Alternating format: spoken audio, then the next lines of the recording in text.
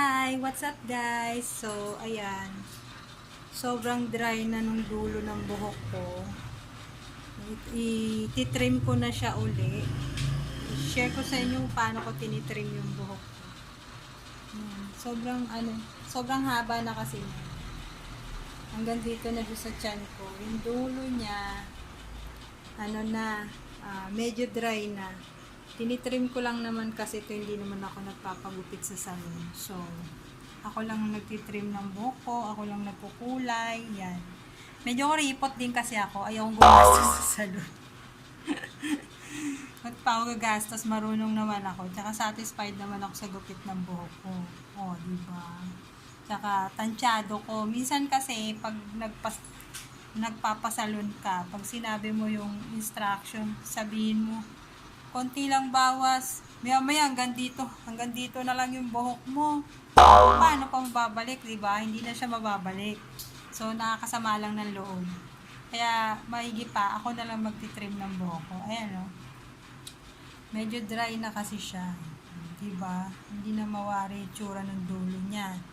So, kahit na tinitreatment ko siya palagi, yung dulo niya, nagkakaroon talaga ng dry kasi minsan basa pa to, tinatali ko na kasi gusto ko wavy yung buhok ko.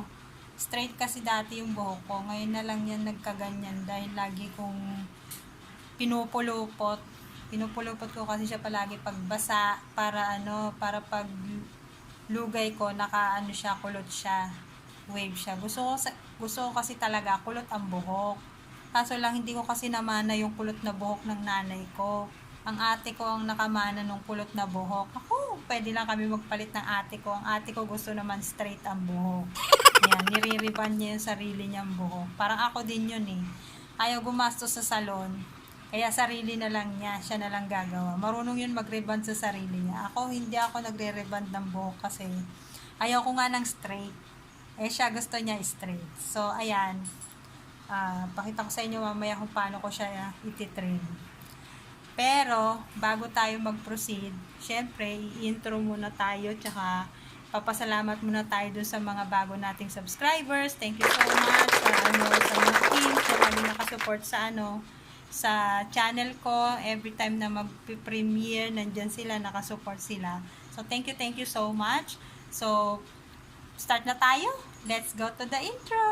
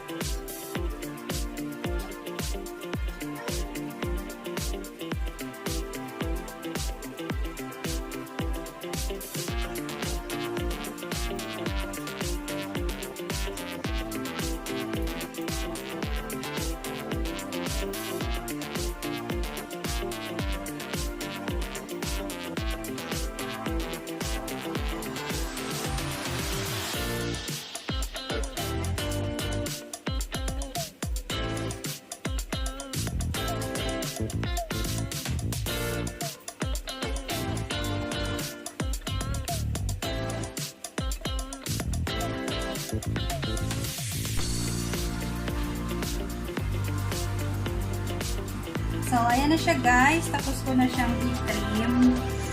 So, natanggal ko na yung mga dry niya sa dulo.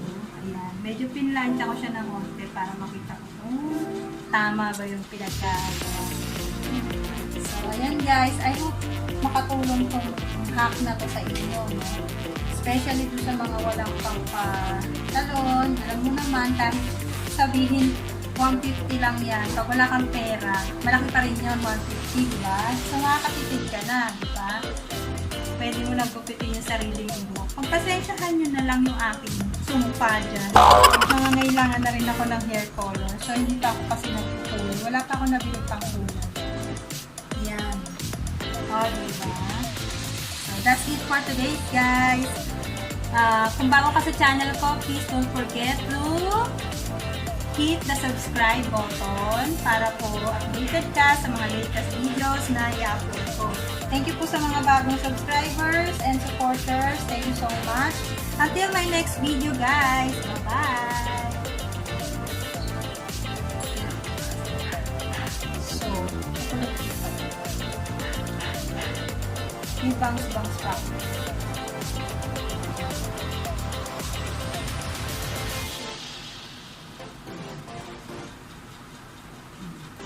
Madami stripes. Stripes tawag dyan. Stripes. Rango.